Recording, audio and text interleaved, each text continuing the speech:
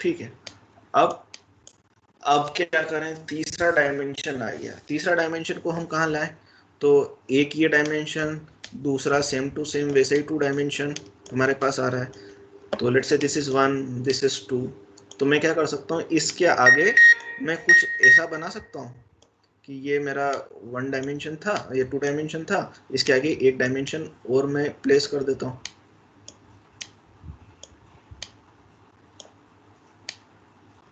तो ये मेरा, ये एक आगे वाला, ये आगे वाला मेरा यहाँ आ गया, पीछे वाला मेरा यहाँ आ गया। आया समझ में 3 डायमेंशन क्या हो रहा है? तो मैं इसको बोल सकता हूँ कि ये मेरा क्यूब हो गया, हाँ या ना? Yes sir, yes. ठीक है, सो दिस इज माय अरे। तो अब हमारे पास तीसरा क्या हुआ, दिस इज माय अरे। सी प्लस प्लस से अलग चीज है, याद रखना। वेक्टर आपका जो सी में जिसको 1 डायमेंशन अरे बोलते थे ना, दिस इज 1 डायमेंशन अरे। मैट्रिक्स जो सी में जिसको 2 डायमेंशन अरे बोलते थे ना, वो। तीसरा अरे, अब यहाँ ये अरे क्या है, 3 डायमेंशन और more, so this is your array. Then comes let's say data frame, चौथा जो हमारे पास चौथा था, इसको, ये जो चौथा था, ये चौथा जो अभी हमने एक्सेल में डेटा देखा था ना, कि यहाँ पे हमारा जो डेटा था वो कॉलम और रोज में डिवाइडेड था, जो अभी हमने डेटा बनाया था वो हमारा, जिसमें हमारे पास जो कॉलम्स थे वो नेम्ड कॉलम्स थे, वो हमारी फ्रेम थी। तो फ्रेम भी कैसी होती है, फ्रेम भी वैसी होती है, 2 डायमेंशन आपके पास अवेलेबल था, तो वो 2 डायमेंशन में हमारे पास ऐसी फ्रेम्स थी जिसमें हमारे पास क्या अवेलेबल था, पेशेंट आईडी, उसकी एडमिटेड डेट, उसका टाइप, डायबिटीज का टाइप और उसकी एज। तो ये सारी चीजें थी, तो ये हमारे फ्रेम्स, तो ये हमारा एक डेटा हो गया। इन सभी को मिला के जब हम बनाते हैं तो हमारे पास ये डेटा फ्रेम बनती है। अब हमारे पास सबसे पहली चीज आती है वेक्टर्स। तो वेक्टर्स कैसे बनाते हैं, तो फिर आ जाते हैं इस पर। हम वेक्टर्स बना रहे हैं, मैंने कमेंट डाल दिया है। कमेंट डालने के लिए आप क्या करेंगे, हैश यूज करेंगे। तो वेक्टर बनाना है, वेक्टर बनाने के लिए let's say this is a, वही जो हमारा तरीका था, ए सी फंक्शन यूज करेंगे। देन हम यूज करेंगे दिस इज 1, 2, 3, 4, 5। ये हमारा वेक्टर बन गया। ठीक, दूसरा दिस इज न्यूमेरिकल वेक्टर, इसमें सब नंबर्स हैं। मैं इसमें स्ट्रिंग्स भी डाल सकता था। स्ट्रिंग्स कैसे हो सकती थी, this is double inverted quote 1, this is double inverted quote 2, then this is 3, this is 4 and this is 5। ये हमारी बन गई। हम देख लें, चेक कर लें, ए क्या था, बी क्या था, हमारा ये वेक्टर बन गया। अब तीसरा बुलियंस वैल्यूज के लिए भी हो सकता है। लेट्स से सी बनाता हूं मैं बुलियन वैल्यूज के लिए। तो बुलियन वैल्यूज क्या होती हैं, ट्रू या फॉल्स होती हैं। तो ये ट्रू और फॉल्स के लिए हमको अब ये नहीं लिखना कि उसको इन्वर्टेड कोट्स में नहीं लिखना। तो ये true, this is false, this is true, this is true. इसको हम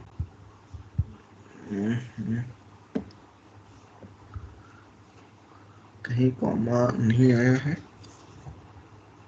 मैं इसमें सी में सी लगाना भूल गया हूं। सो दिस इज सी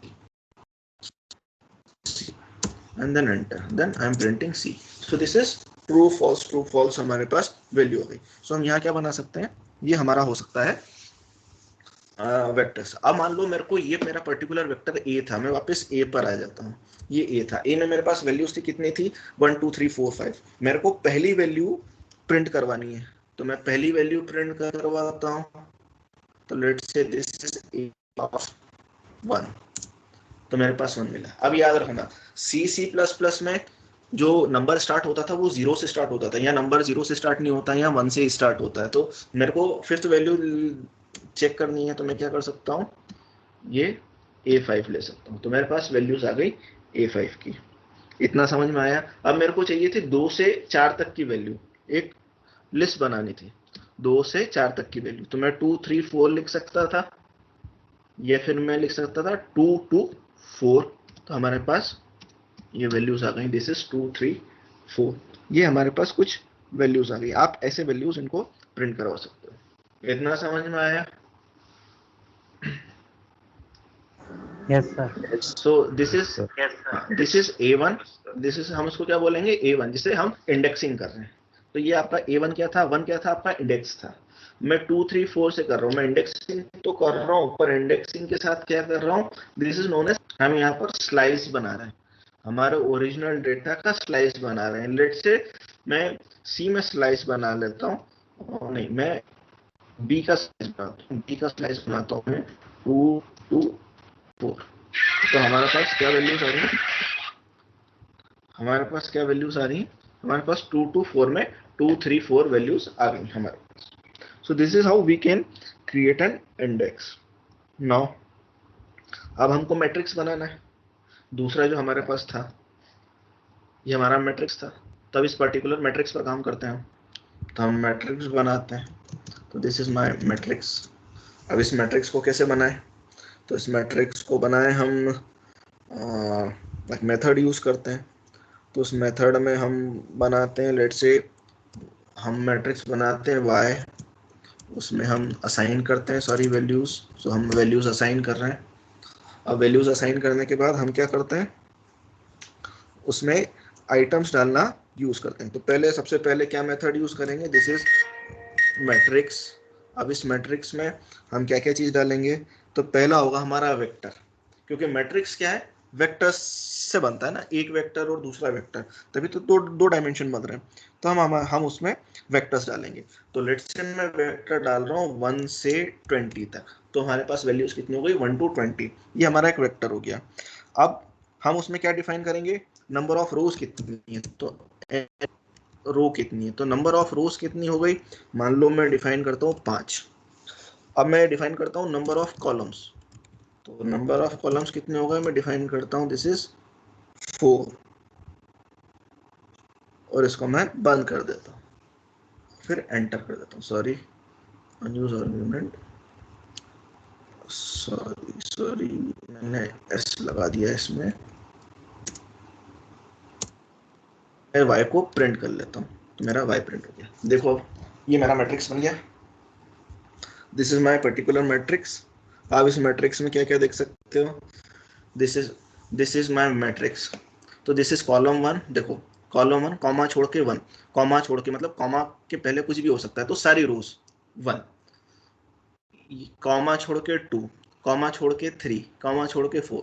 तो मैट्रिक्स बन गया आपके पास। हमने क्या लिया, हमने लिया 1 से लेकर 20 तक की वैल्यू, तो 1 से लेकर 20 तक की हमने ले ली। मतलब हमारे पास एक वेक्टर बना था, हमारे पास इसमें एक वेक्टर बना था जिसमें हमारे पास 1 से लेकर 20 तक की वैल्यूज थी।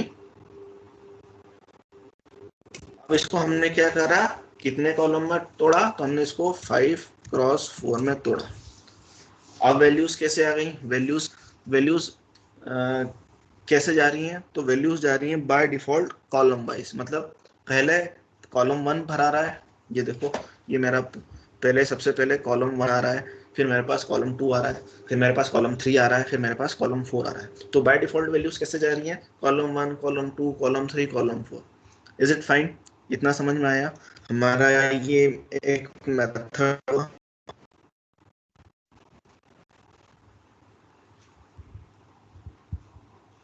ये समझ में आया आप लोगों को? Yes sir. Yes sir. ठीक है, तो आप इतना ट्राई करो, और उसके बाद क्या करेंगे हम नेक्स्ट क्लास में, इसकी पूरा मेथड, ये मैट्रिक्स बनाने में बहुत सारे पैरामीटर्स और लगते हैं, तो उन पैरामीटर्स पर हम काम करते हैं। तो आज के लिए हम इतने ही काम करते हैं। अगर आप लोगों को कोई प्रॉब्लम है तो आप पूछ लें, अदरवाइज मैं रिकॉर्डिंग स्टॉप कर रहा हूँ।